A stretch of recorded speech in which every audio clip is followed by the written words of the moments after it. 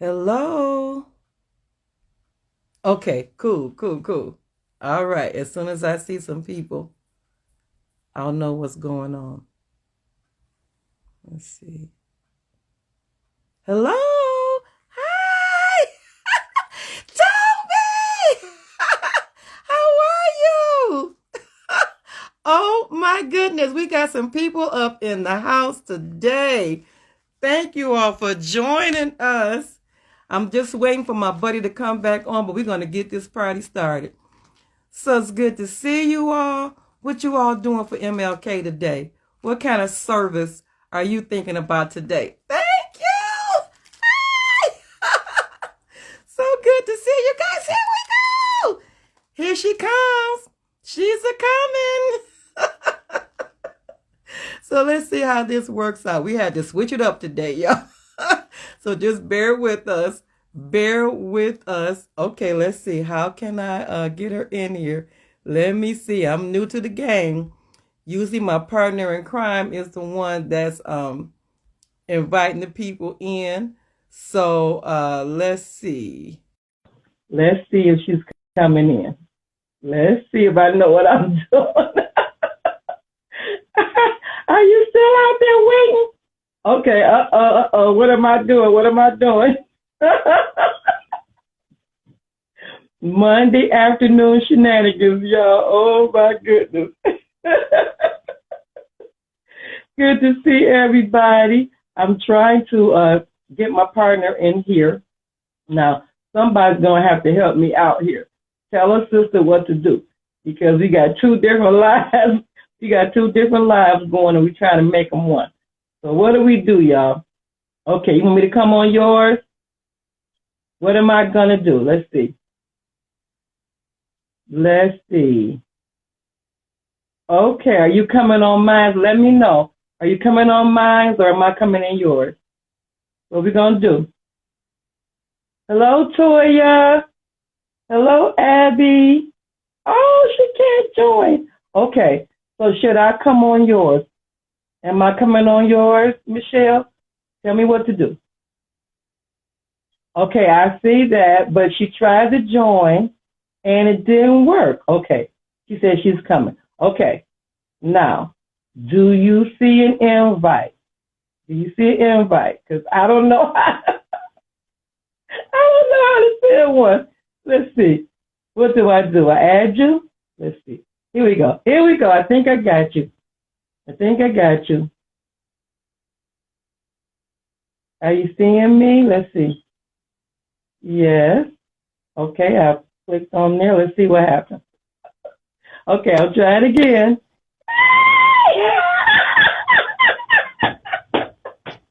Oh my goodness, guys. Here we go. Hey, Miss Green. I'm seeing you. Hey. I think we lost some folks. Come on back, y'all. Come on back. We're getting ready to get this party started. No, I can't even hear you. Okay. Can you hear me? Yes, I can hear you now. Yay! See, we should have did our technical run through. Always do that. See, we got confident. We got to number 4 and we got confident we didn't do our tech run through like we normally do. And of course, all kinds of insanity ensues. That's okay. Here at MLK, we are so excited to have Crochet and Tea today.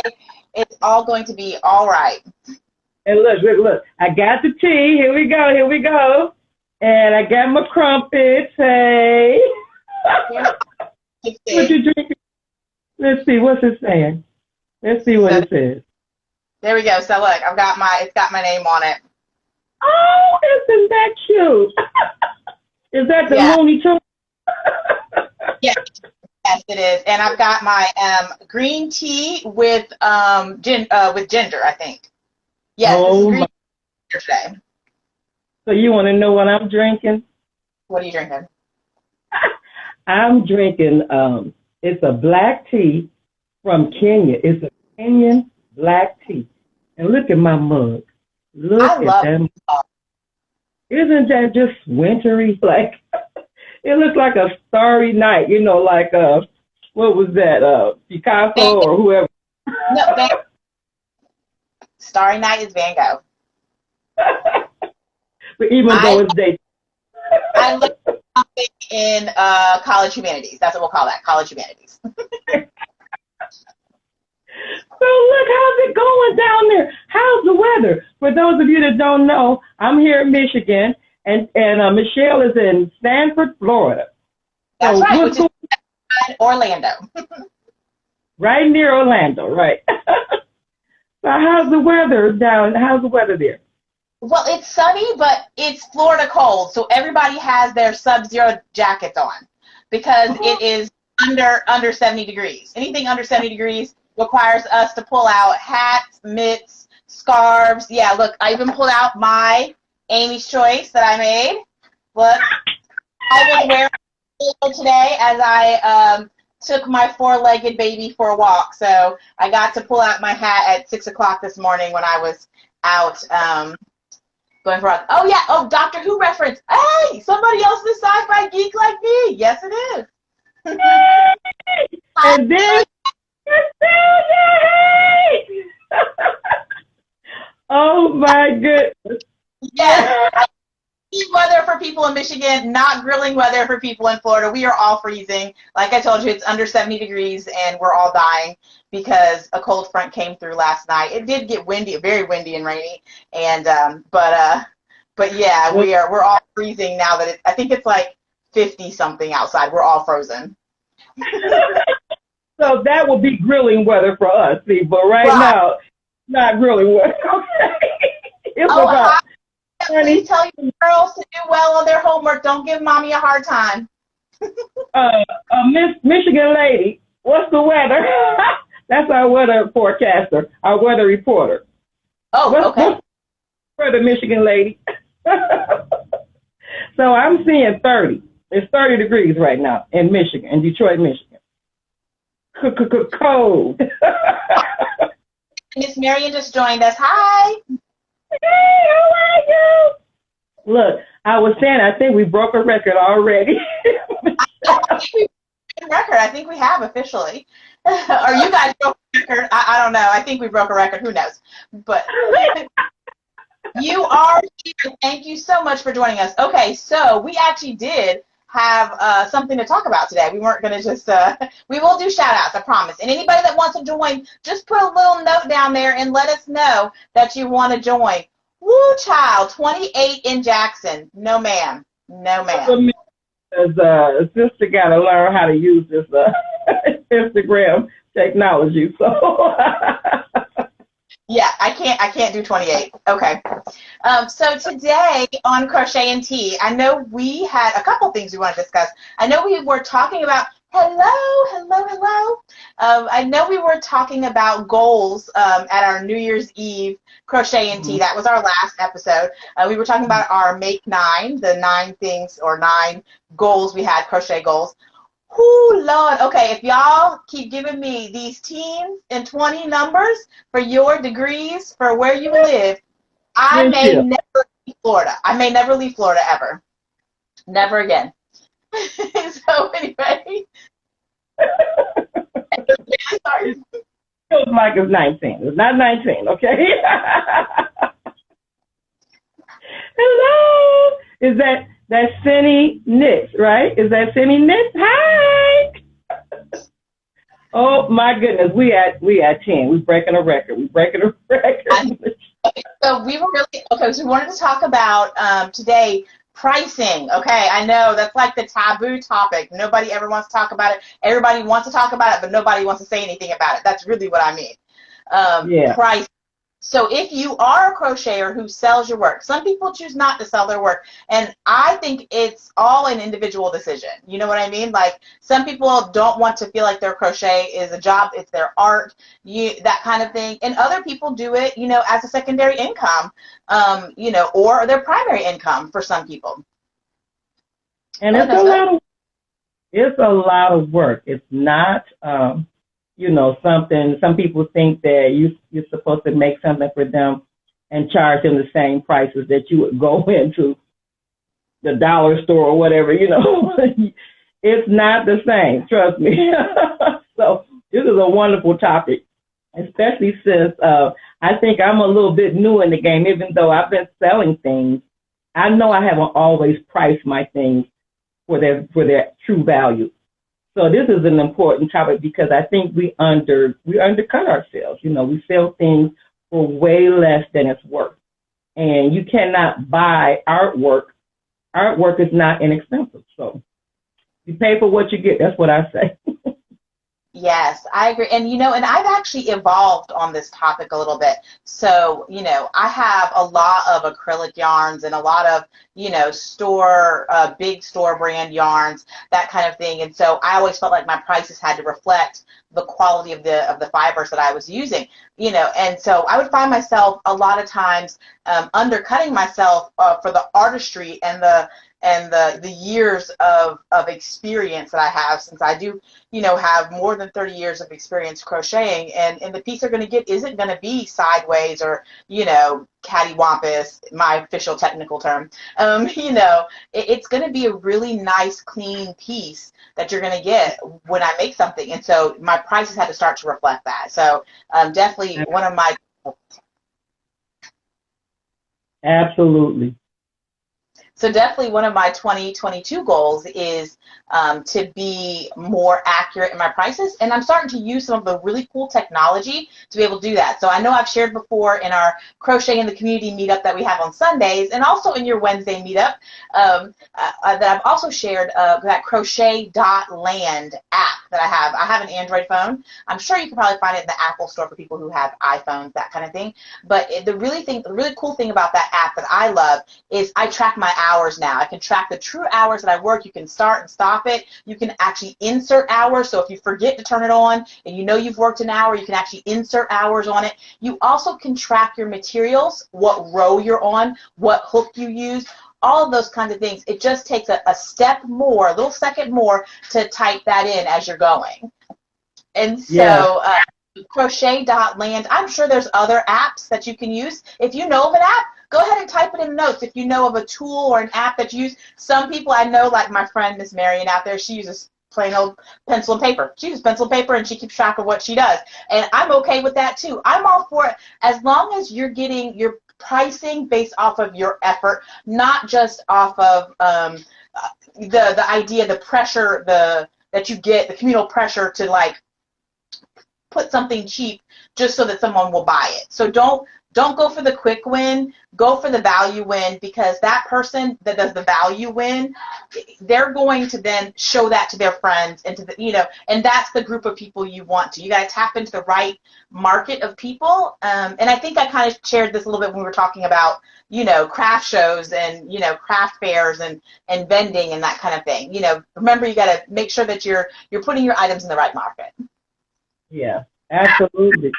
And then you have to really think about that. Like, is this really, are you going to work for $5 an hour for anybody? Who are you going to work for that inexpensively, So, and then you have to think about it. This is a form of art. That's how I look at my craft as a form of art. And so you're not going to pay for artwork inexpensively. I said that before. And you do have to factor all those things into it. Now, I'm not saying this as an expert because this is something that I'm still learning. Because when I first started out, I felt that pressure that you talked about. It was pressure like, okay, I want them to buy it from me. I don't want to overcharge them. I don't want them to think it's too inexpensive. These are my friends, people that I know, So I was a little intimidated about charging them what I thought it might have been really worth. And I know I always drop my prices down lower than they should have been. But so some hearts down there if you've done this. So if you've, made it for your cousin, your friend, your whoever, I want to see some hearts down there. Let's see some ownership of those folks who, you've undercut your price or didn't even charge anything. Ooh, look, if you didn't charge anything, this is me tapping your hand. Didn't even charge anything for that. Yeah, see, I see those hearts. It's really important. Be sure that, you price your items. Look, Oscar de la Renta didn't become Oscar de la Renta by giving away his stuff, okay? Please be sure that you are, yep, see, look, you see it. Yeah, be sure you are definitely, oh, go ahead, Nozibele, sorry. I was thinking about a live I was watching, and they were talking about, I don't know if it was on a YouTube channel or if it was on Instagram, but they were saying how they priced their things based on what they thought people would pay. And they actually customers that way because people didn't value the product. They didn't value it because you didn't value it enough to give it the price that it was worth. So they didn't think that it was going to be quality work. So you can actually lose customers that way. And I have to tell a little really short story about a project that I made.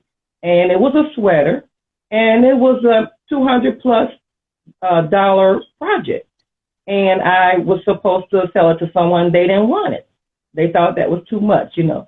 So I said, okay, well, I'll just hold on to it. I'll find the right person that will buy it. And lo and behold, a few months later, they gave me more than I was asking for.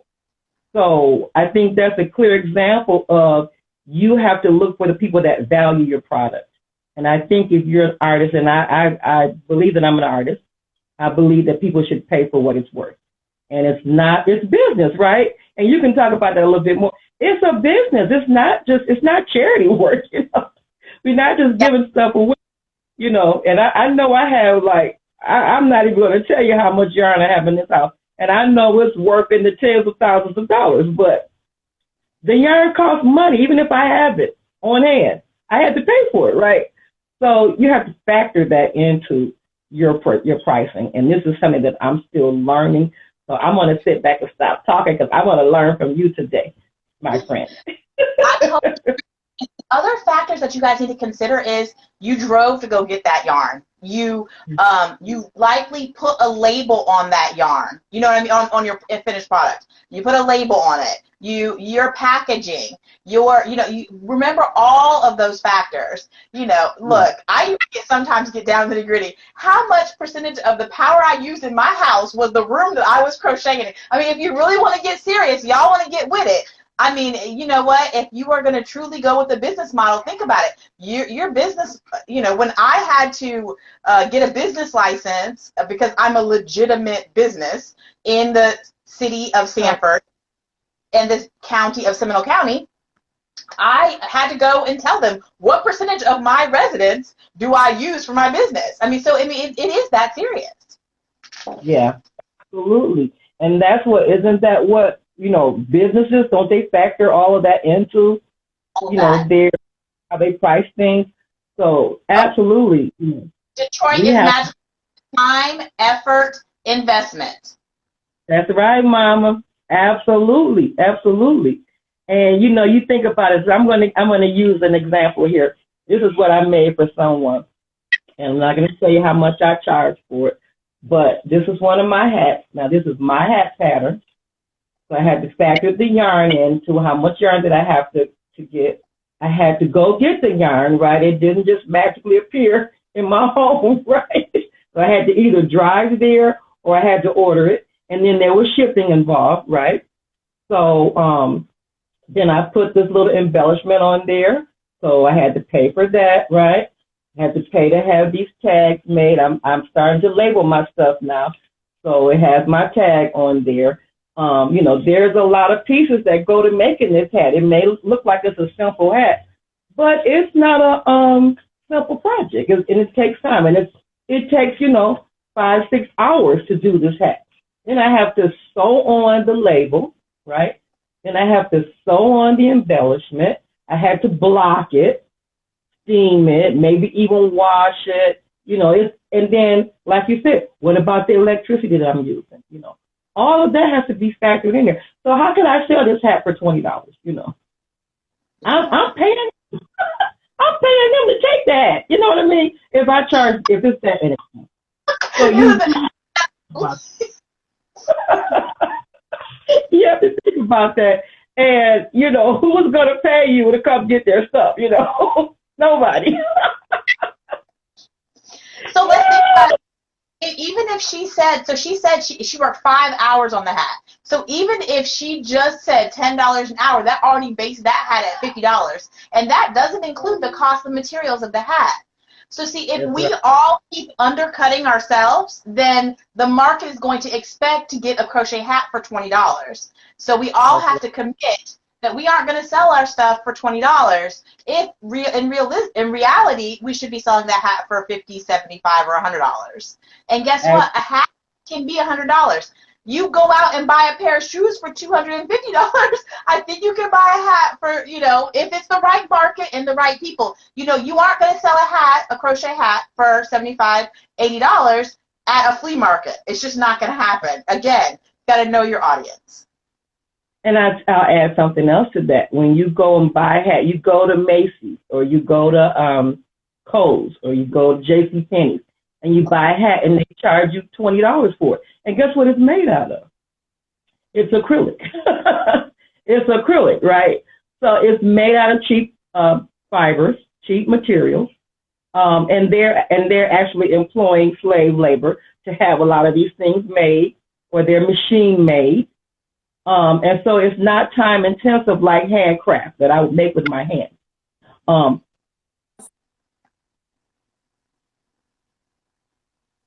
Oh, Nozibele, I can't hear you. Did I mute you or did you mute me? Can you hear me?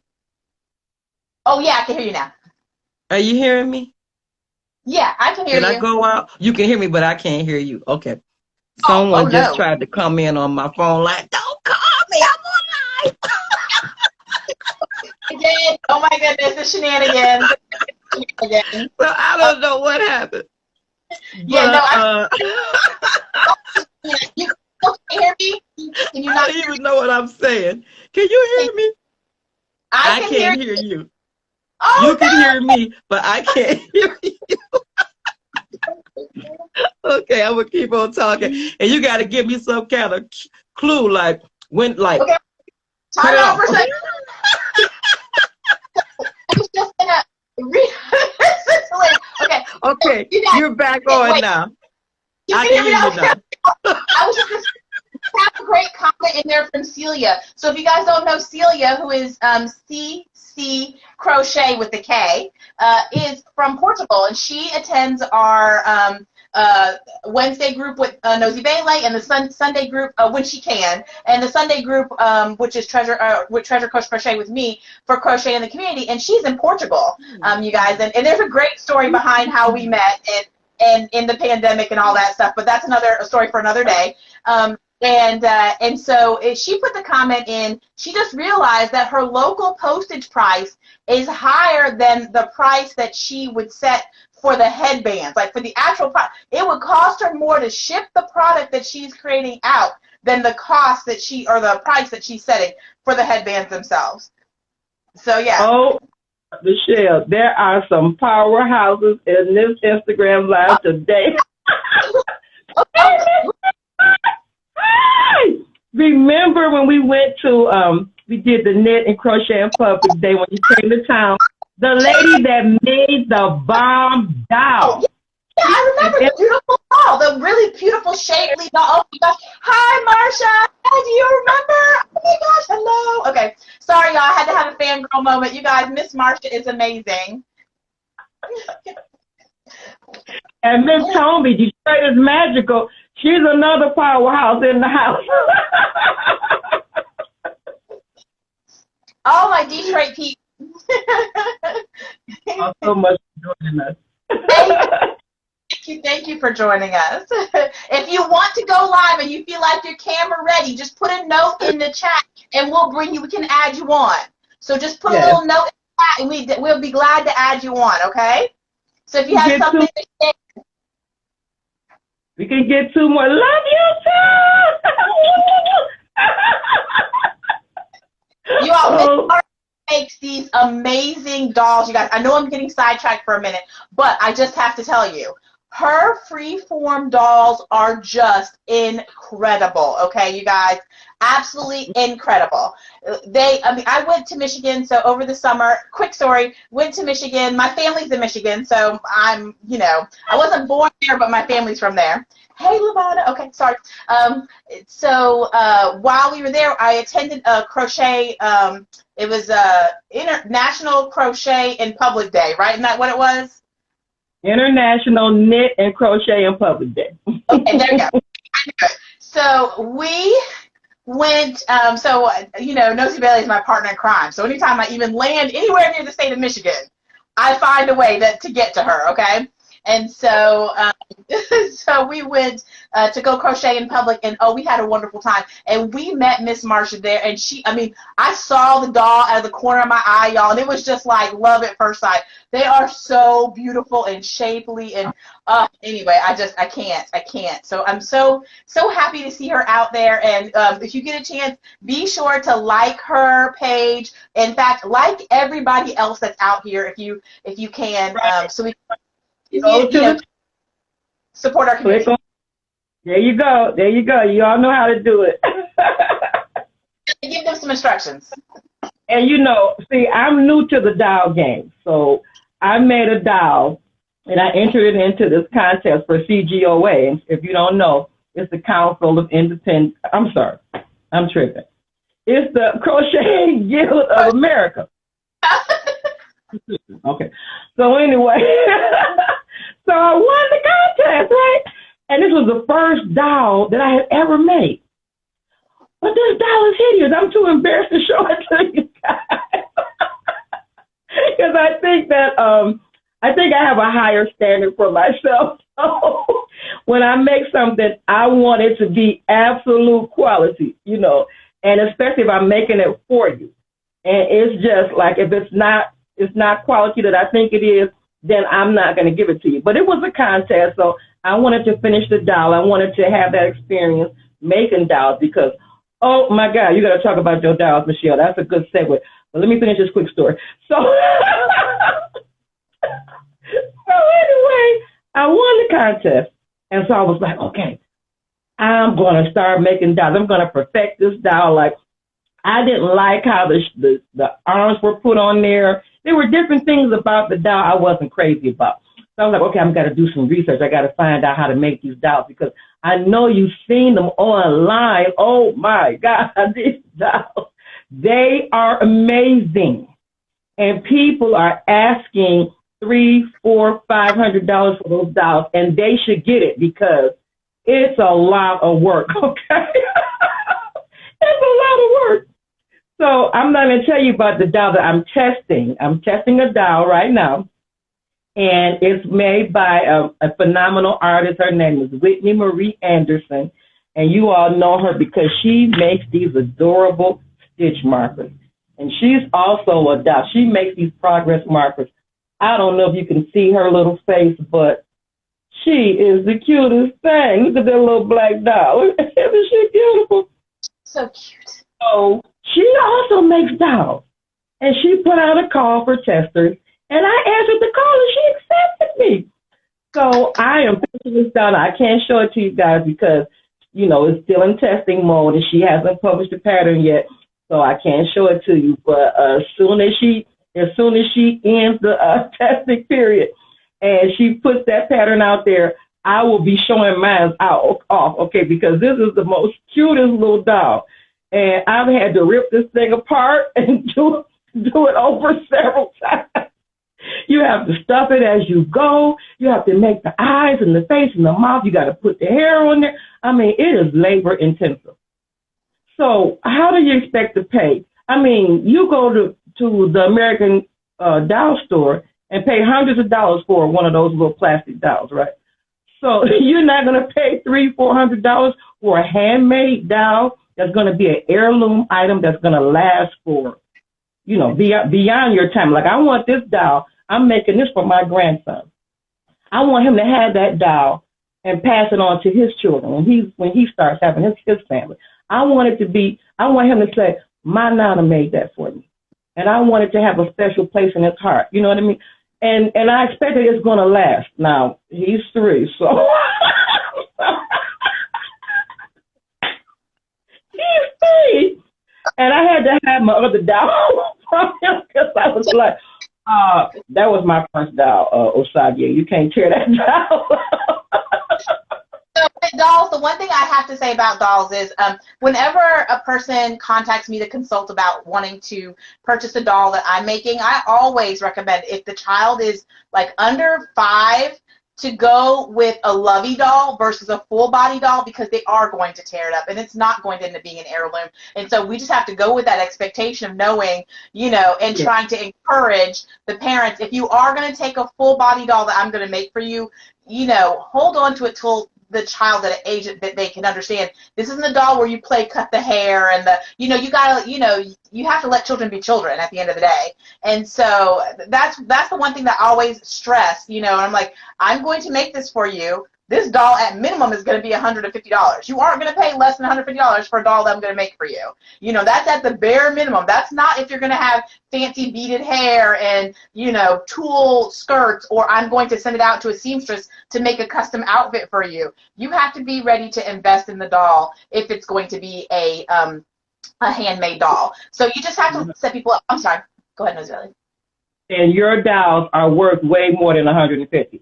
That's why I said 300, 400. Hint, hint. They need to be priced, because if you see her dolls, and you got to show us one of them. Okay. They're amazing. And she's putting jewelry on the dolls. She's weaving the hair into the doll's head. She's having the clothes custom made. Someone is making the outfits for her. That person got to be paid too. You know what I mean? And from now on, that's exactly it. In 2022, you know, definitely my pricing model has changed. You know, I'm definitely have a different standard this year than I did even in recently as last year, you know. So people are definitely a little shocked now, because, you know what, at the end of the day, we have to, like I'm telling you all, I have to take my own advice. And I saw Lavonna out there. Lavonna's our business manager, and she's the one that holds me accountable for Michelle. Listen to me. Yeah. You cannot take a little price. She's like, do I need to negotiate for you? She's my girl, okay? So, I don't know what I would do without my business manager out there, but, yeah, so. Say one more thing before you go get the doll. You got to think about who it's going to also. Like, right. I made my grandson a happy potamus. That's what it's called. And it's made out of hexagons and octagons. And it is made out of fingering weight yarn, so it's real thin yarn. And you know how granny squares go. You use lots of color. So since you're changing all of these colors, you got a lot of ends to weave in.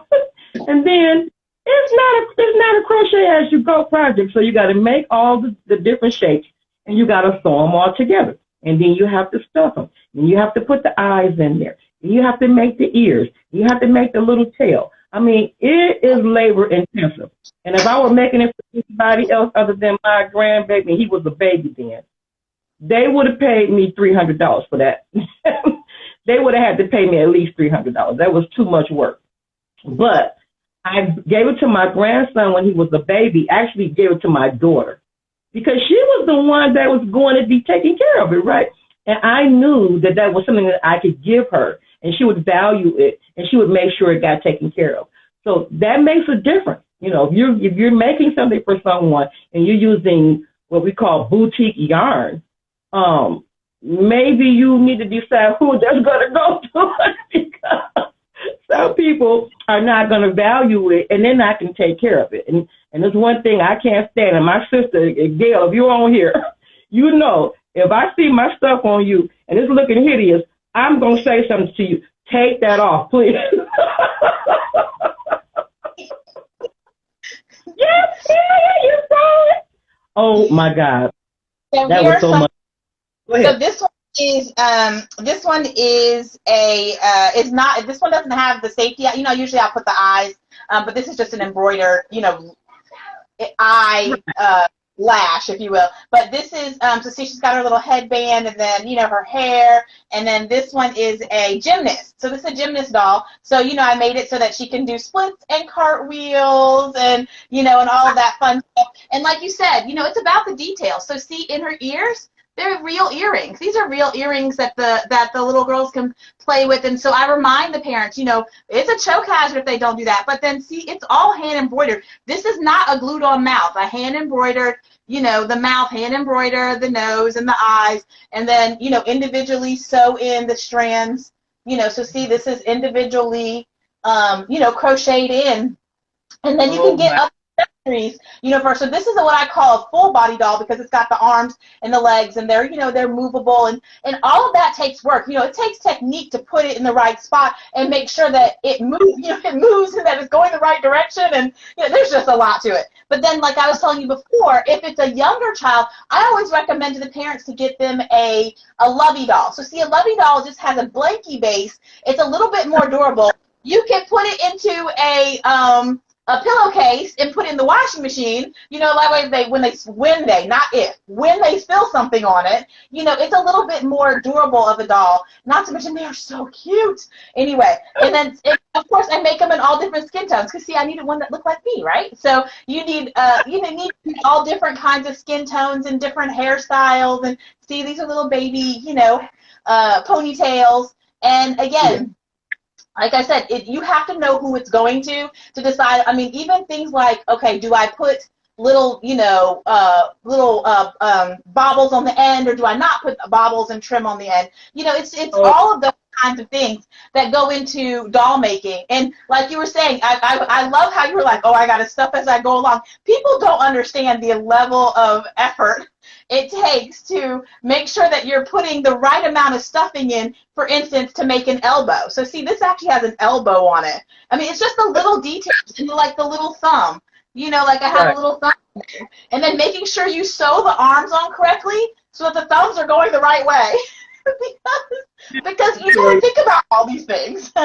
But yeah, so remember, and I know we're preaching to the choir because you all know in pricing, you're paying for all these little details, all the little, even putting the little crease in the hair so that, it looks like it's a real part of the hair, all of those little things, matter. And they're details to be looking for, in your items, and as you're pricing your items. Be thinking about, the extra effort and love and care. I hug the babies. I hug my dolls.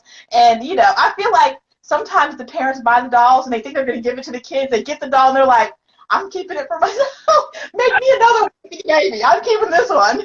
I really care for them. And then I also do special packaging. I don't have any of these are not packaged, but I put it in cellophane, and then all of them have my Treasure Coast Crochet labels. See, I hand sew on labels onto all of mine. And I put it in a cellophane wrapper with a pull bow at the top, and I mean, it's all that. It's the packaging. It's the it's all that. So yeah. Okay, wait. I haven't seen anybody. I'm sorry. I gotta check the comments because I didn't know if anybody wanted to go live. Look at all these comments we missed. I'm so sorry. Okay. Oh yeah. Celia says lots of frogging involved. Yes, lots of frogging involved in doll making when you make a mistake. Correct. Oh God, I've got to show you this mistake I made. I was supposed to be showing you this hat, and I can't show it to you because I cut a hole in the hat by mistake. Oh no! How many of you guys have done that? I've done that. Oh, doesn't it break your heart?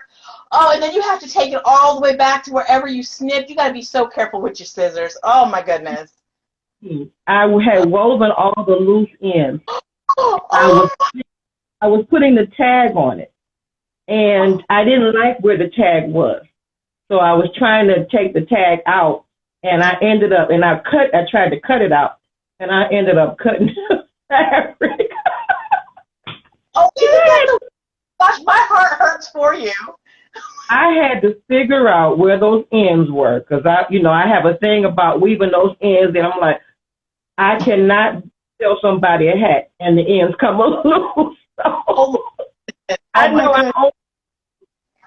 I overweave. If that's you, put it in the chat. I know some of you all do that. Yeah, and join us? I feel like it's just been you and me this whole session. Nobody else wants. I've been kind of trying to keep an eye on. If you want to join the Instagram Live, you got your face ready and you want to join and chat with us, we're glad to have other people chat with us. Celia is another crochet extraordinaire. Oh my goodness. And she can make, she's a doll maker also.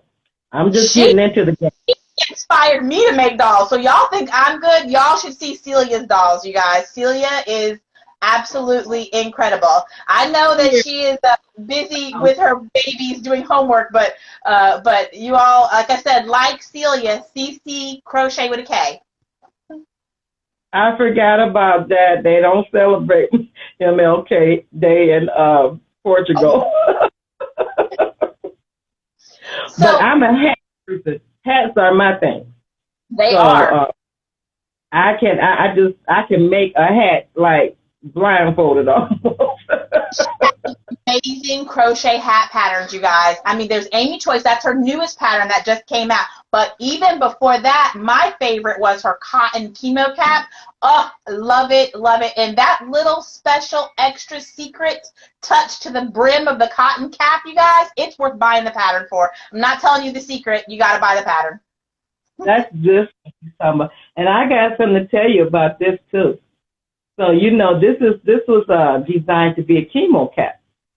And so I think, I don't know if I told the story live, but when I'm the chairperson of the Southeast Michigan Crochet Guild, and we're the first crochet guild in Michigan. And at this time we used to go to a place called City Knit. I'm sorry, not City Knit. Well, I used to work at City Knit. Shout out to City Knit! But we used to go to something called Knit Michigan. And at Knit Michigan, they would take hats and different donations to give to the Carmichael's Cancer Center. And so someone in the guild asked me to design this hat. So I came up with this hat design. It's very similar to this one. It's a little different. I added a few more things to it when I actually got around to publishing it. But I designed the hat, and it was kind of crude, and I, made copies of it. That was back before the internet. That was back before Google Docs, and all of that good stuff. But I, printed it out and gave it to people, and they made the hat. But of course, I didn't have any tech editors or anything like that. So there were a lot of, errors on the pattern. And so a good friend, Diane, she's not here right now, but she said, you got to publish this pattern. You got to redo this pattern. She kept telling me to do that. And so finally, pandemic hit, and we're all at home, right? We're on lockdown. So I'm like, okay, it's time for me to write this pattern. So I finally published that pattern. 2020, I published my first pattern, and it's called Nozibele Cool Chemo Cap. So now, fast forward a couple of weeks ago, the Knit Michigan people they're still in existence, and they still they're a charity organization, and they still take hats and things for chemo patients. Mm-hmm. And they put out a call for a pattern. And it's kind of like it's a contest. And they want people to submit their patterns that are for chemo patients. And so I had to submit my pattern. I had to submit that pattern because it was written for Knit Michigan. And they asked for the pattern. So my pattern is published, it's been tested. Everything that you have to do to publish a pattern, that was the requirement for the contest. The pattern had to be published, had to be a Word document or a PDF. It had to be, made out of the materials, the cotton or the materials that keep people's heads cool. All of those things, all the requirements that went into making this hat, those are the things that I had researched, and I found out that's what people with cancer, they don't want anything that's scratchy on their heads. If you lose all your hair, your head is cold. You need something to keep your hair warm. But it can't be, you're going to be wearing the hat indoors. It can't be wool, and, it can't be too hot. You know what I mean? But it has to be something that feels good. And so those were all the things that I was thinking about when I designed this pattern. So you all keep your fingers crossed. I haven't heard from them yet. If, it's a contest. It runs all the way through March. So I'll find out in March, if it was accepted. But it's good to go. The pattern is good to go. So fingers crossed. Wish me luck, guys. I just have to tell you, Nozibele, I am so proud of you. I feel like even though I know the roles are reversed, I feel like just the proudest little sister in the entire world, because I just feel like our friendship, I'm going to give a little Nozibele love, you guys, just so you know. Our friendship has just, when I tell you all the stars aligned for us to be friends, you guys don't even know. We were supporting each other before we even knew who each other really were. And then once we actually met each other, it was just like kindred spirits, right? And I mentored Nozibele through her first pattern, and I only had barely written my first few patterns myself just before that, but I just felt like, sometimes you just want to support other people, and you're happy to see other people succeed, and you need champions in your corner, and I love being that person. I love, helping cook the egg. I might not be the person that laid the egg, but I'll sit on it and help cook the egg, make sure the egg is right, make sure it's the right color, it's waited long enough, and help you hatch the baby when the baby needs to be hatched. You know what I mean? It's just, go ahead, Nozibele. I didn't mean to interrupt you, but it's not much that you do by yourself in life, and you can't take all the credit for the things that you do, because you've heard, there's nothing new under the sun, right? There's nothing new under the sun. So if you had that idea, somebody else had it too, or something similar, right? But people that are wealthy, they didn't get there by themselves. People that are successful, they didn't become successful all on their own. They might have had that idea, but they didn't bring it to fruition all by themselves. And you have to be that humble enough to realize that, yes, you need people in your corner. You need support. You need people to help you. I'm not a technical person. You're the technical guru. So, and I hadn't published a pattern before. You had, even if it was just one or two, you had that experience that I didn't have, because you all just don't know in the background, like minutes before the pattern was supposed to be published. We were going, oh my God, what do I do? What do I do now? Well, Nozibele is amazing, and I'm glad to be your raving fan. So that's really what the whole point of that was just, I'm so happy that, the divine universe saw fit to partner us together on this journey, and I'm looking forward to many more years of what we have to cook up and to get involved in the misadventures that we always seem to find. So, and we got to shout the other folks out too, because we're a crew. And I'm gonna tell you this before we go off. Someone said that they were talking about doing like an international, it's not a marketplace, but it would kind of be like that, an online marketplace. Didn't we talk about that? Doing that? That's already in our works. It's just to be able to pull the things that we all do best into one place, so that it's a one-stop shopping. But all of the individual artisans, receive their compensation based off of their own work. There's no, middleman, nobody cutting into whatever. And so, yeah, I agree.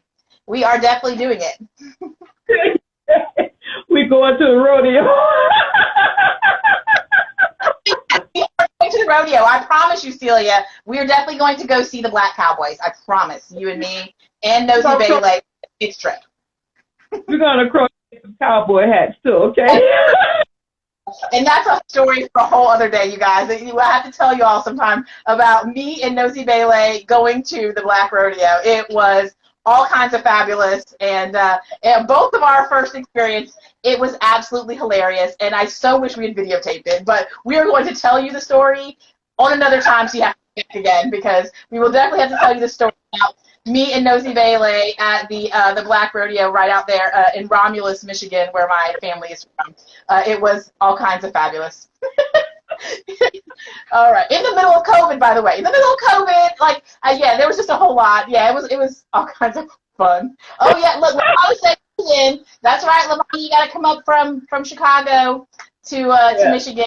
We will be going to the rodeo again this summer. We got to meet in the middle somewhere. We're gonna have a rodeo party, guys. We're gonna make this happen. Before we two things I want to say before we go, definitely. One is thank you to everyone who came out and subscribed to my YouTube channel for Treasure Coast Crochet. I finally reached 100 subscribers. I know that doesn't sound like a lot to other people, but you all don't know how excited that made me. It really made my whole entire year because I got to the end of last year and I literally had like 96 subscribers. I needed 4 people, you know, that in order to finally be able to customize my YouTube channel, and so I've finally been able to do that. So now I have a customized YouTube channel. You can find me at Treasure Coast Crochet. I review patterns, and of course put all the replays of our crochet and tea are out there on the Treasure Coast Crochet YouTube channel. And more content to come this year. I do want to get better at putting that content out there. You guys don't know how excited I was. Second thing is Treasure Coast Crochet. We have Crochet in the Community every Sunday at 5 p.m. Eastern Standard Time for an hour and a half from 5 p.m. to 6:30 p.m. We do make-alongs. In fact, I have my finished make-along right here that I worked on.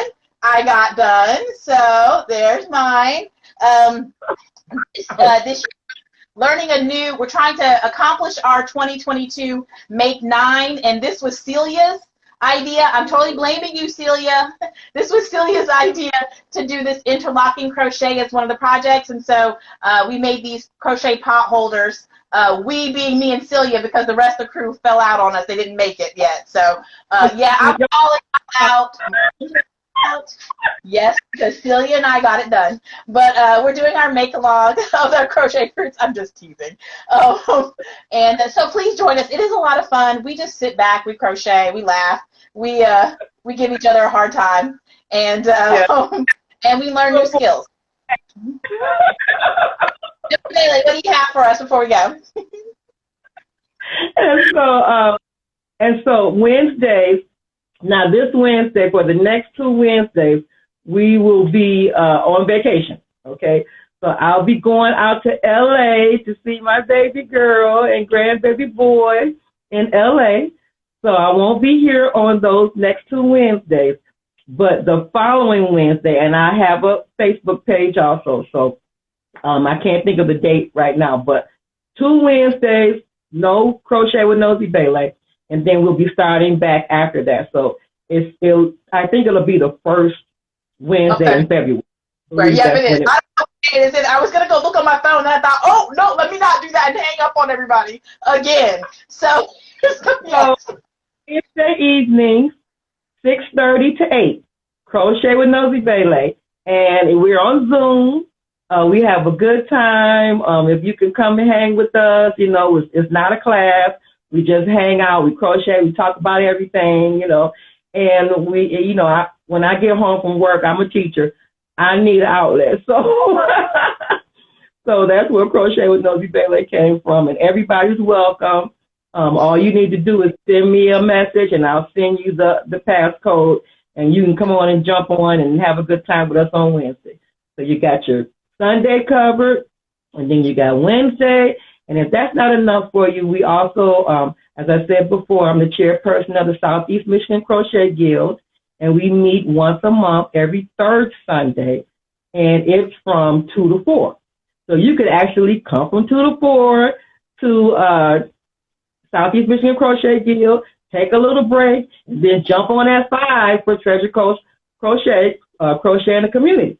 And that's not enough for you. We'll make something else happen. We got the DKCC, Detroit Knitting and Crochet Club. All this is on Zoom. So even if you're in Florida, if you're in Pennsylvania, if you're in New York, wherever you are, Chicago, wherever you are, you can still jump on.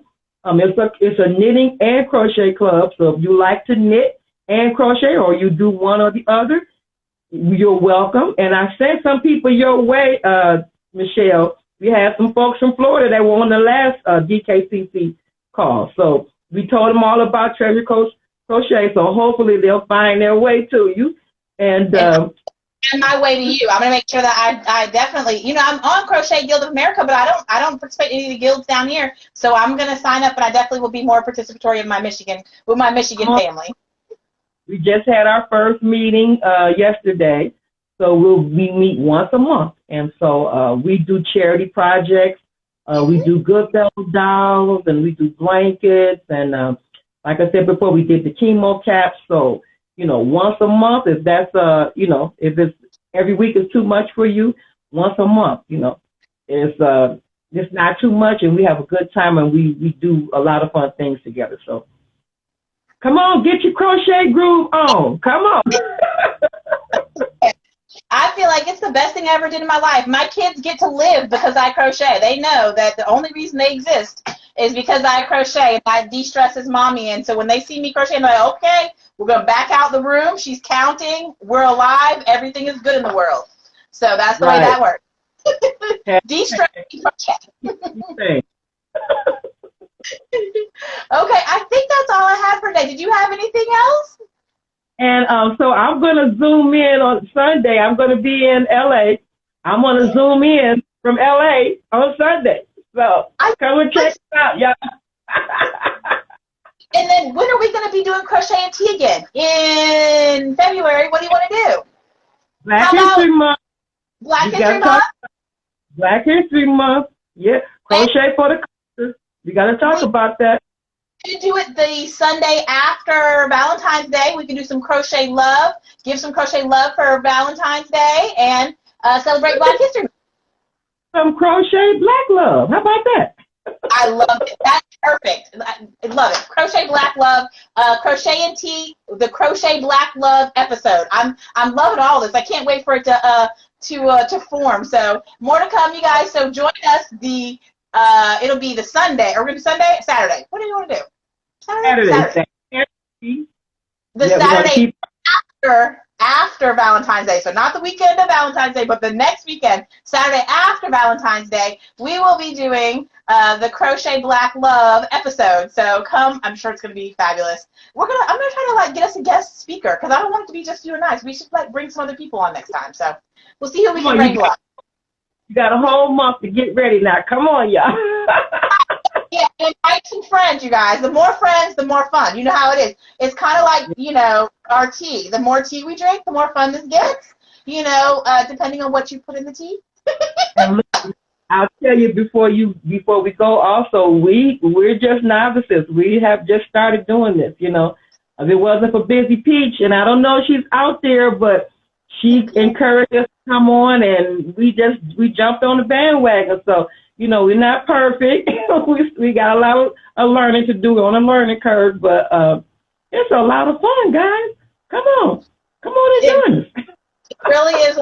And thank you so much. We owe all this to Busy Peach. If it had not been for her little challenge that she just challenged us to get over our fears and put ourselves out there, I was nervous, just like Nozibele. I'm not model perfect or anything like that, but I do have a passion for crochet to share, and I hope you see that in both myself and Nozibele. And so we're happy to put more content out and see you all again next month in February. Take care, guys. Take care, everybody. Love you. Thanks for joining us. Crochet episode in February. We'll see you then.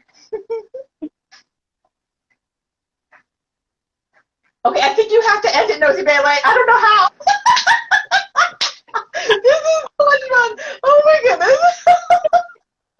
Monday shenanigans. MLK Day shenanigans. Okay.